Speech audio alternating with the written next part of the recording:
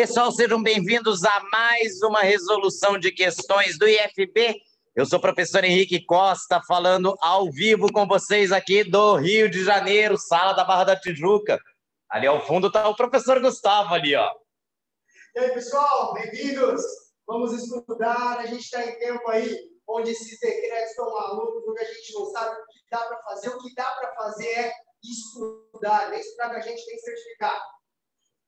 Gustavo que está ali trabalhando na atualização do edital, né? Dando uma olhada aí em possíveis questões. Estou me sentindo no Jornal Nacional, Gustavo. Você fica aí no fundo, eu sou o William Bonner aqui, ó. Fala comigo, eu sou a Maju. E quem vai estar também participando hoje, mas não ao vivo, gravado, o professor Luiz Gustavo, de São Paulo. Hoje, 4 questões aí de operações em derivativos. Vamos então ver essas questões, como é que aparecem lá na sua prova?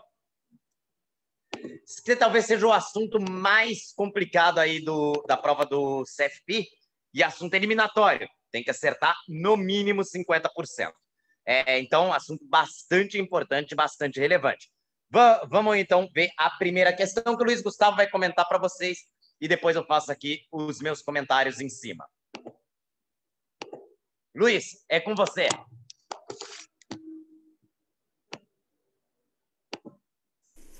Boa tarde, alunos da FB, professores. Iremos agora comentar uma questão sobre derivativos, ok? Vamos a ela. As garantias do mercado futuro são... Ou seja, o examinador está querendo saber sobre os contratos de derivativos. Vamos lembrar que para operar os contratos derivativos é necessário o depósito de garantia em B3. E mais, vamos lembrar que nós temos 4 tipos de contratos de derivativos. Nós temos o mercado a termo, nós temos o mercado futuro, nós temos o mercado de swap e nós temos o mercado de opções. No mercado a termo e no mercado de swap, é normal que as partes ajustem partes do contrato, valor, data de vencimento. E quem seriam as partes? A parte ativa e a parte passiva de um contrato, ou a parte comprada ou a parte vendida. Porém, nos contratos de futuro e nos contratos de opções, quem determina essas especificações, tamanho do contrato, número de contratos que você tem que operar, data de vencimento, não são as partes. E sim, é uma terceira parte. No caso do Brasil, é a B3. A grande vantagem da B3 determinar tais, deixar o contrato padronizado, é que o contrato torna-se líquido, ok? E a desvantagem é que você não consegue acertar com a contraparte as especificações, mas as especificações sim são dadas pela B3. Ao percebermos isso, nós conseguimos eliminar a questão D. A questão D afirma o quê? São negociadas entre as partes livremente. Perceba que o examinador não está perguntando qualquer tipo de garantia, ele é específico em perguntar as garantias do mercado futuro. No mercado futuro, como eu comentei, quem dá essas garantias, dá o valor da garantia, dá o vencimento, o número de contratos, é a B3 e não as partes. Perfeito? Agora vamos lembrar para que nós podemos utilizar dos contratos de derivativos. Os contratos derivativos nós podemos fazer um hedge, utilizarmos para fazer hedge, e nós podemos utilizar para fazer alavancagem. Quando nós utilizamos para fazer um hedge? Imagine um balanço contábil. Você vai ter um produto financeiro ou uma exposição financeira ou no seu ativo ou no seu passivo. E através de um contrato derivativo, você vai tomar a posição inversa daquele seu investimento financeiro. Então, se você tem um investimento financeiro atrelado ao dólar no seu ativo, você vai, através de um derivativo, colocar uma exposição em dólar no seu passivo. Ou inverso, caso você tenha essa exposição em dólar no seu passivo, você vai tomar uma exposição ativa em dólar. Para quê? Para que o efeito do investimento financeiro seja neutralizado pelo movimento do derivativo. Perfeito? Agora, quando nós não temos um investimento financeiro no nosso balanço contábil, nós podemos olhar esse contrato derivativo como alavancagem. Por que ele é uma alavancagem? Pois você não precisa ter todo o dinheiro do contrato. Comentei aqui agora há pouco que as especificações do contrato são dadas pela B3. Então suponha que a B3 determine que um contrato haja um contrato de algum ativo qualquer. E ela fala, olha, a exposição desse contrato é referente a R$5.000. Porém, você não precisa ter esses R$5.000 para poder operar esse contrato. A B3 fala para você, olha, com 10% você pode operar esse contrato. Ou seja, se você tiver R$500, você consegue tomar uma exposição referente a R$5.000. Ou seja, isso é uma alavancagem, se vocês conseguirem perceber. Perfeito? E como é realizada como você faz esses R$500? São as garantias que a B3 exige. Perfeito? Ao notarmos que quando estamos alavancados, essa garantia ela é menor do que o valor da exposição, nós também podemos eliminar a alternativa B. Uma vez que a alternativa B fala que essas garantias têm que ser maiores do que o valor da operação. Não, é justamente o inverso, o conceito de alavancagem. Essa garantia ela será menor que o valor da operação para você tomar aquela exposição. Perfeito? Então já temos eliminado a questão B, assim como a questão B. Perfeito? Vamos falar mais um pouquinho sobre essa garantia. Muitos alunos, muitas pessoas pensam que quando falamos em valor de garantia, essas garantias devem ser apenas depositadas em dinheiro. Mas não, a B3 aceita outros ativos financeiros que não só dinheiro, ativos líquidos ou ativos que sejam negociados no próprio ambiente da B3. Então é normal a B3 aceitar o quê? Aceitar a moeda estrangeira, tal como o dólar, título público federal. Ela aceita também outros ativos, tais como ações, ADRs, BDRs. Possuem vários ativos que são facilmente visualizáveis pela gente. Olha mais que são normais. Ativos financeiros, ativos de banco, CDB, LCI, LCA. Porém, existem 3 ativos que não parecem tão normais para a gente. Quais seriam eles? 2, a questão não pergunta. A B3 aceita título público de emissão do Tesouro Americano ou do Tesouro Alemão. Por quê? São economias estáveis, são economias sólidas. Então a B3 aceita esses títulos como depósito. E um terceiro que ela aceita, que não parece tão óbvio para nós, é justamente a carta de fiança bancária. A questão C, a alternativa C fala que não é aceita. É o inverso, ela é aceita. E o que seria uma carta de fiança bancária? O banco está te dando uma carta onde ele é o fiador. Ou seja, se você não honrar o pagamento, o banco irá honrar em seu nome. Então isso é uma carta de fiança bancária que a B3 aceita. Ou seja, se você não honrar o contrato, o banco irá, através dessa carta de fiança bancária, irá honrar o contrato para você, ok? Espero que tenha ficado claro. Faltando novamente comentar.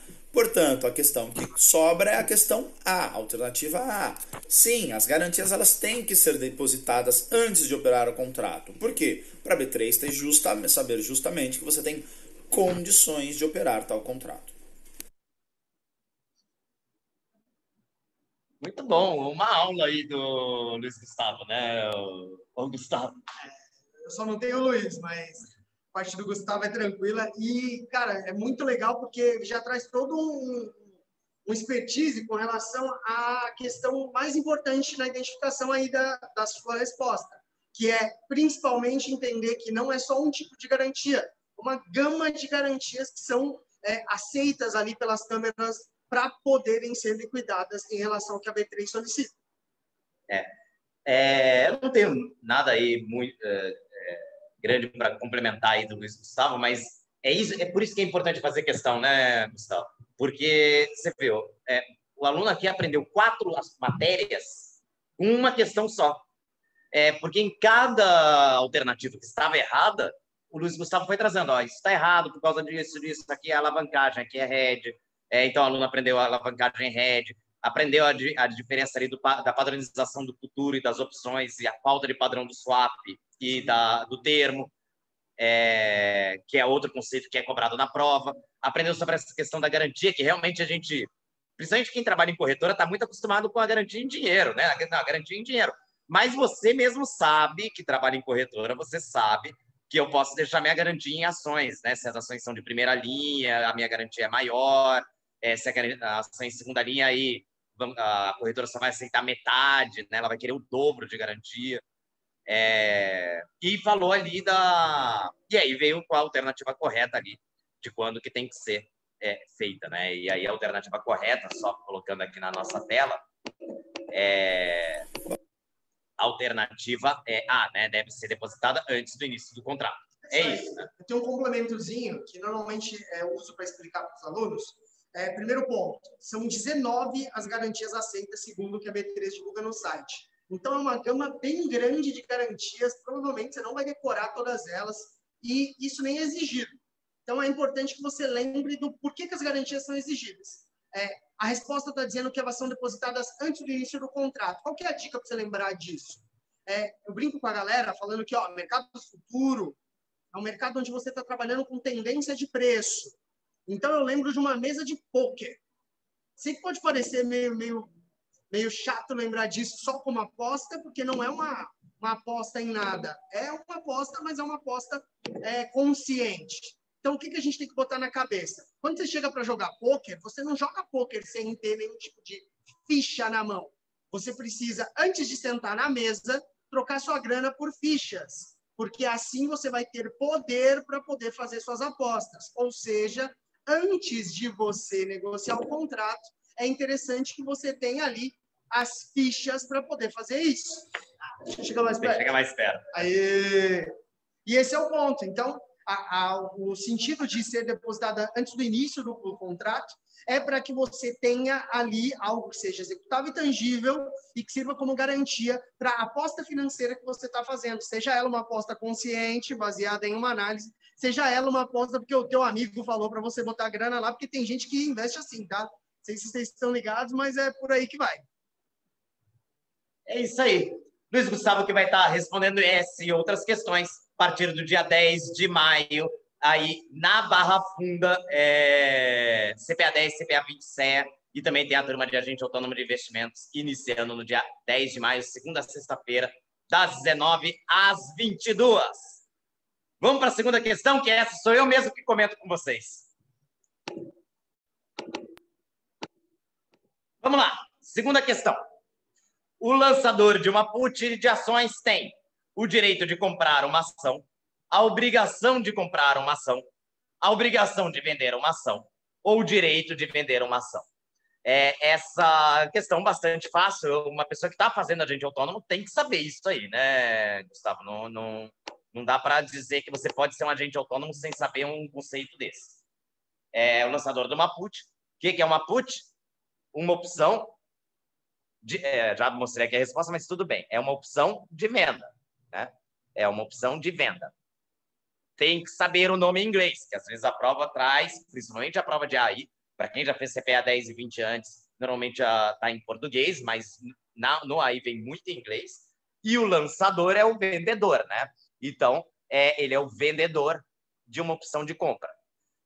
Eu costumo dar de dica aqui, você sempre pensar no titular, o comprador, porque é mais fácil.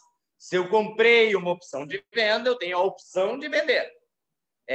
Ou seja, eu tenho o direito de vender. Para eu ter o direito de vender, a outra parte, a contraparte, precisa ter a obrigação de comprar de mim, caso eu deseje vender, né? Não dá para as duas partes terem direito. A legislação brasileira, às vezes, tem isso aí, né? As duas partes têm direito, aí resolve como? Do juiz, né? Pois é, na opção, não. Se um tem o direito, o outro vai ter que dar uma obrigação. Eu comprei, eu paguei, eu passo a ter o direito. Nesse exemplo aqui, o direito de vender as minhas ações. É uma opção de venda. A contraparte vai ter a obrigação de comprar essas ações. Tudo que acontece para o titular, acontece o oposto para o lançador. Posso chegar com as dicas? Pessoal, é o seguinte, falando de opções, deixa eu chegar mais perto aqui. Tem uma galera que se confunde bastante em relação a opções, mas a gente vai matar isso agora. lembra do seguinte, a gente sempre precisa pensar quem faz o quê. Simples assim. Por quê? Quem é o quem? São as duas pessoas que negociam opções, que no caso é titular, que tem direito, e lançador, que tem obrigação. Então, como que eu calibro isso? O titular sempre vai ter o direito de fazer o que o nome da opção diz. Ponto. Então, titular de opção de compra, direito de comprar. Titular de opção de venda, direito de vender. Esse é um ponto interessante. E o lançador sempre é obrigado a fazer o contrário do que o nome diz. Então, o lançador de uma opção de compra, ele é obrigado a fazer o contrário. Então, ele tem a obrigação de vender. E no caso da pergunta que foi ofertada para vocês, o lançador de uma opção de venda, ele é obrigado a fazer o contrário do que o nome diz. Logo, ele é obrigado a comprar o ativo. Beleza? Então, titular tem direito de fazer o que o nome diz. Lançador é obrigado a fazer o contrário do nome. E aí você nunca vai errar isso na prova, porque normalmente o que a galera erra é essa leitura. Estando atento, tu não erra mais isso. Valeu? É isso, né? Essa questão que não pode errar, né, Gustavo? Não tem como. Ainda mais se você está fazendo agente autônomo de investimentos. Meu amigo, esquece errar conceito, esquece errar quem faz o quê. Precisa estar atento a isso, porque a exigência que o mercado faz de ti é exatamente que você tenha clareza nisso. Porque imagina, sentou na mesa para negociar com a gente está aqui falando. Se eu começo a falar informações que não são claras, eu provavelmente vou perder aquele cliente. E eu estou no mercado de extrema concorrência. Então, tem que saber, senhores, titular tem direito de fazer o que o nome diz. Lançador tem a obrigação, e se você é obrigado, já é chato. Então, você é obrigado a fazer o contrário. Esse é o ponto. É isso. Essa e outras perguntas vou estar aí em Belo Horizonte, capital dos escritórios de agente autônomo de investimento. Se você está em Belo Horizonte, aí é uma certificação interessante para você. É uma cidade que tem os maiores escritórios de agente autônomo do país. Vários deles ficam em Belo Horizonte. E eu vou estar aí respondendo essa e outras questões a partir do dia 24 de abril. Essas questões a gente vai estar respondendo ali no dia 9 de maio. Dia 9 de maio, a gente vai estar matando essas questões de operações de derivativos. Aguardo o pessoal lá. Vale a pena, hein? Belo Horizonte não pode não ter. Vamos para a terceira questão? Bora, mas é o meu xará que vai responder.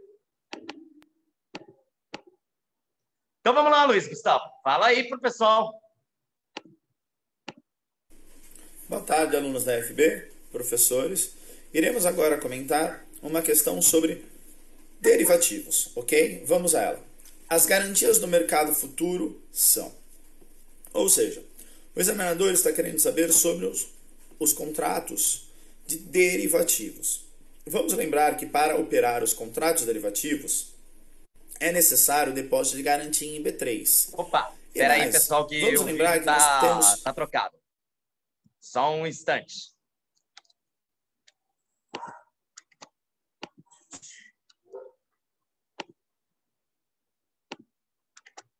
Será que eu baixei 2 vezes o mesmo vídeo? Só um instante, pessoal. Inserir.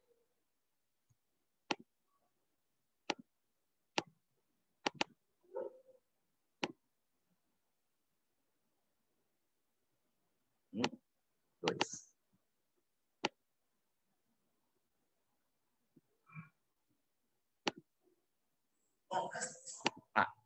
Agora vai estar certo, pessoal. Vamos lá. Apresentação do slide atual. Tá aí para vocês agora. Vamos lá, Luiz. Bom, nesta questão agora, falaremos de como podemos utilizar tais contratos derivativos.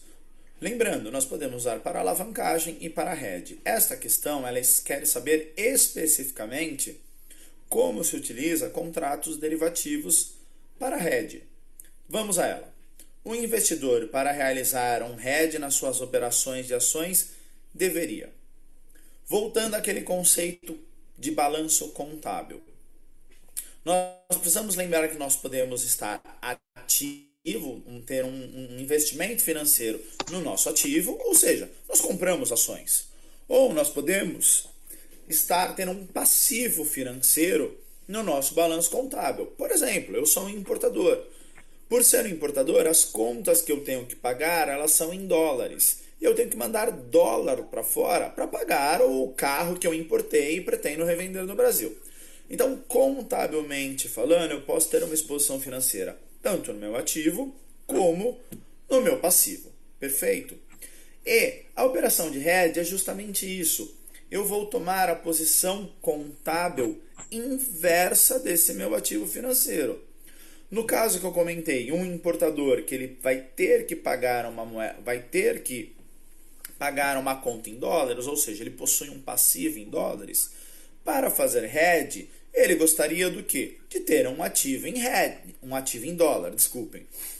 Já o inverso, aquela pessoa que tem as ações e está com medo que as ações caiam, ele vai tomar o quê? Uma posição inversa no seu balanço contábil, ou seja, se ele possui as ações, são bens e direitos, está no ativo contábil dele. Então, ele vai procurar uma posição onde ele tem exposição ou nas ações ou no índice de bolsa, no passivo dele. Perfeito? Portanto, o investidor, para realizar um hedge nas suas operações de ações, deveria o quê? Assumindo que esse investidor está comprado em ações, ao falar hedge, automaticamente nós precisamos pensar que ele fique o quê? Vendido. Ao notarmos isso, nós já podemos eliminar tanto a questão A como a C, pois a A e a C falam em comprar, ou seja, eu não estaria fazendo hedge, eu estaria aumentando a meu número a minha exposição em ações. Já na alternativa D, operações de futuro não são capazes de realizar hedge de carteira de ações, de forma alguma. Como nós sempre falamos, as operações de derivativos servem para duas coisas, para fazer ou alavancagem ou hedge. E operações de futuro são operações, é o mercado futuro, ele está dentro dos contratos derivativos. Então, sim, eu posso usar operações de futuro para realizar hedge das minhas operações. Se for ações, eu possuo os contratos futuros de Ibovespa. Se for dólar, eu possuo os contratos futuros de dólar. Basta eu escolher o ativo correto lá na B3 para eu poder fazer o meu hedge, perfeito? Portanto, a única questão que sobra é a B, que é o quê? Vender futuros de Ibovespa.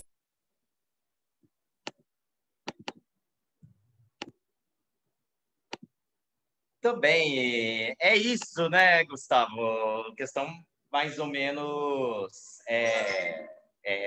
Novamente, o aluno tem que saber isso aí, né? E precisa lembrar dois conceitozinhos, galera. Primeiro, que hedge é cobertura ou proteção e que alavancagem é exposição ao risco ou especulação. Primeiro ponto. Segundo ponto, você tem que lembrar uma outra coisinha. Quem compra qualquer coisa quer comprar mais barato para depois vender mais caro. Então, o comprador sempre está apostando numa alta de preços. Bota isso na cabeça. Já o vendedor, ele quer vender mais caro e depois comprar mais barato. Por conta disso, posições vendidas buscam queda de preços. Então, o comprador quer alto, o vendedor quer queda. Essa é uma das informações que você, pretenso e futuro agente autônomo de investimentos, precisa ter na cabeça. Por quê? O Bovespa está desabando. Você vai operar comprado? Não, a gente tem que surfar a onda quando ela desce também. Então, tem que ter essa ideia de que posições compradoras buscam alta, posições vendedoras querem queda. Porque aí fica claro a questão dessa cobertura que o Luiz Gustavo indicou, e é muito legal trabalhar nesse sentido. Valeu? Acho que é isso, Henrique. É isso. É perfeito, né? Se você aplicou em ações, quer redear essas ações, você tem que operar no sentido inverso. Quando você compra ações, você está querendo a alta, você quer redear isso, você vai ter que operar na baixa, né? Operar na baixa é vendendo o futuro, ou numa posição vendida de opções, tem vários jeitos. Esse é um dos jeitos, né? A gente ainda vai ter questão aí mostrando a opção vendida, né? E uma coisa legal para a gente só finalizar essa questão, ali no complemento da resposta, estava dizendo que é de acordo com o beta da carteira. E aí, como que eu explico isso na aula? Pensa assim, ó, eu tenho um golzinho, eu posso fazer seguro e caso o meu golzinho seja roubado, eu receber um Mercedes? Provavelmente não. Então, é esse o sentido de que o beta da carteira é importante para que você assuma um hedge, uma proteção, uma cobertura com relação à sua carteira. Então, o que, que a resposta estava dizendo? Você vai vender a posição em futuro e vai ter que observar o beta da carteira porque a cobertura precisa ser compatível, banana com banana. Isso é algo importante da gente destacar também. É isso. Essas e outras questões, o Luiz Gustavo estava lá na Barra Funda, mas também vai estar aí no Itaim, lá de fundo, o prédio da XP, né? Ali no Itaim. Ele vai estar aí no Itaim, na Rua Tabapuã, a partir do dia 26 de abril. Pessoal, aí que é o Parque dos Agentes Autônomos de Investimento, né? O bairro do Itaim. E Rua Tabapuã, então, deve ter um monte aí. É o local que mais se vende colete em São Paulo. Muito bem, vamos para a última questão, pessoal, que daqui a pouco a gente tem que iniciar a live do CFP, né? Então, última questão aqui que eu comento sobre os contratos de derivativo, podemos afirmar que precisam especificar. Os contratos futuros devem fixar o ativo objeto, prêmio, data de vencimento e margem de garantia. Os contratos de termo devem fixar o ativo objeto, a data de vencimento e a margem de garantia. Os contratos de opções devem fixar o ativo objeto, o prêmio e a margem de garantia. Os contratos de swap devem fixar o prêmio, ajuste diário e o prazo de vencimento. Muito bem, pessoal. O que os contratos aí têm que fazer, né? Aqui é uma questão que você tem que saber, mas e você vai ter que meio que decorar esse tipo de coisa, mas de todo caso, é bastante simples, é até bastante evidente, né? Todo contrato de derivativo, ele vai ter que fixar qual é o ativo objeto, qual é a data de vencimento, senão como é que vai ser um contrato de futuro, né?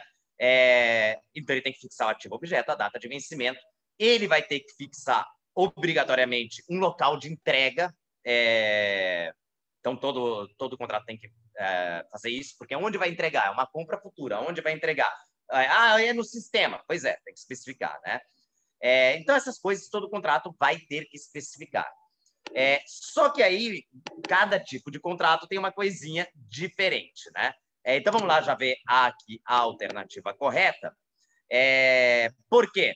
Porque contrato de futuro não tem que especificar a margem de garantia. Por quê? Porque faz ajuste diário, né?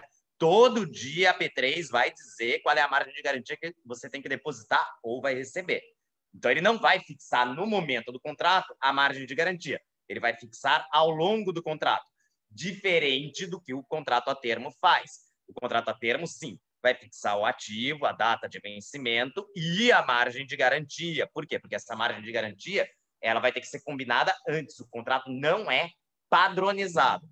Posso combinar de colocar esse celular como garantia? Se a contraparte aceitar, pode, né?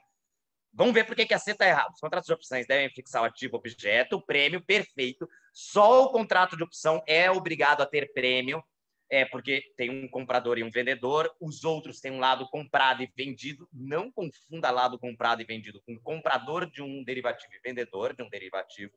Não são a mesma coisa.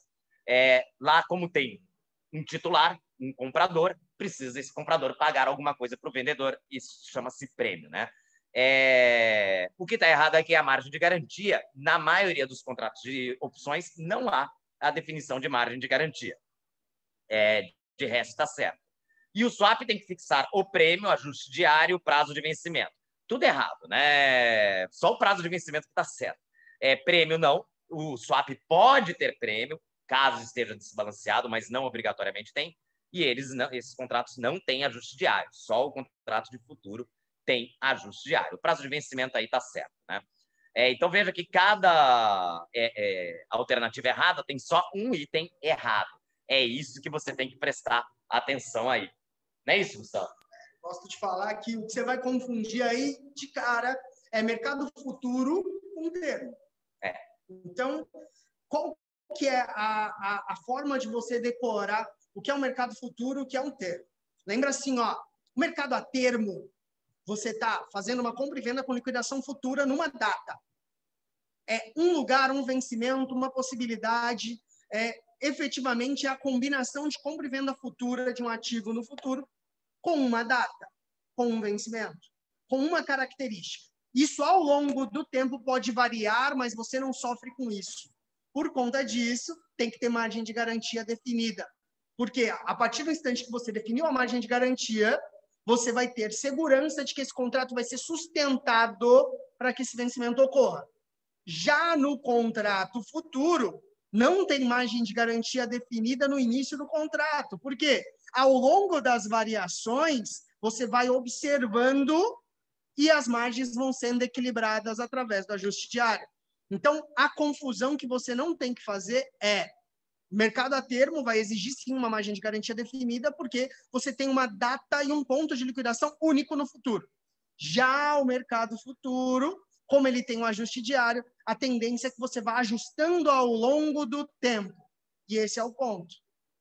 É só a definição mesmo operacional do contrato que pode te fazer confundir, mas que a partir do instante que você entendeu isso, não te confunde mais. Muito bem. Essas são as questões de hoje aí de derivativo, pessoal. Essa e outras questões a Daniela vai estar respondendo aí em Goiânia a partir do dia 24 de abril. Também tem turma para quem prefere online. Você vai ter as turmas ao vivo de agente autônomo, que o professor Alan vai conduzir a partir do dia 3 de maio. Aí, turmas online ao vivo pelo Zoom, para você poder interagir com a gente, conversar com a gente. Aliás, as aulas de AI, as partes específicas de AI, sou eu mesmo que vou conduzir, o Alan conduz a parte inicial e eu conduzo a parte final, essa parte específica da prova de AI, a partir do dia 3 de maio, ao vivo, pelo Zoom. Já agradecendo o Luiz Gustavo, que esteve aqui gravado, belas explicações. Agradecer o Gustavo, que estava aqui hoje com a gente. Hoje um pouco diferente, você viu a mecânica aqui por trás da tela, como é que é, né? E diretamente dos estúdios da Barra da Tijuca, estamos aqui. E, pessoal, tem bastante novidade para vocês aí nessa nossa retomada. A gente não está parado, a gente está se movimentando para cada vez mais ofertar um curso que esteja aderente às exigências do mercado e, principalmente, te ofertar um programa de formação. A gente não está te dando uma apostila e algo gravado de forma temporal. A gente diariamente pensa nas informações, na didática, na entrega que a gente precisa ter para que você se prepare junto conosco. Beleza? Então, entendido isso, vem estudar com a gente também. Valeu? É isso. Obrigado, Henrique, pela oportunidade. Sempre que eu estiver por perto, eu vou estar participando. Então, vocês vão ver bastante o meu rosto por aqui também. Valeu? É isso, pessoal. Hoje um pouco diferente, né? Nunca apareceu o professor do lado, né? Essa é inédita. Gustavo sempre esteve do outro lado da Paulista, né? Dessa vez está aqui do meu lado e na Barra da Tijuca, né? Bem situação diferente. Queria também convidar todo mundo. Hoje a gente tem a live de CFP, dicas para você que está pensando em começar a estudar para o CFP, como se preparar, quanto tempo, tudo isso. O Thiago está até que me mandando aqui uma porção de coisas aqui, de cronogramas, de estudos recomendados. É bem interessante. Você que ainda não começou a estudar CFP, ver como você começa essa jornada. E as nossas turmas aí de agente autônomo de investimentos, espalhadas aí de Porto Alegre a Manaus. Vocês têm aula aí com o Luiz Gustavo e com o Gustavo aqui na cidade de São Paulo. Comigo vão ter aqui na cidade de Belo Horizonte e em Santos. Também vou estar ministrando a partir do dia 26 turmas aqui em Santos. E aí tem aí turmas de Porto Alegre a Manaus. É só entrar em contato com a gente que a gente passa as datas e os professores para vocês. Valeu para todo mundo. Boa noite. Até segunda-feira, questões de fundo de investimento. Até lá. Valeu, Henrique. Valeu, pessoal. Até mais.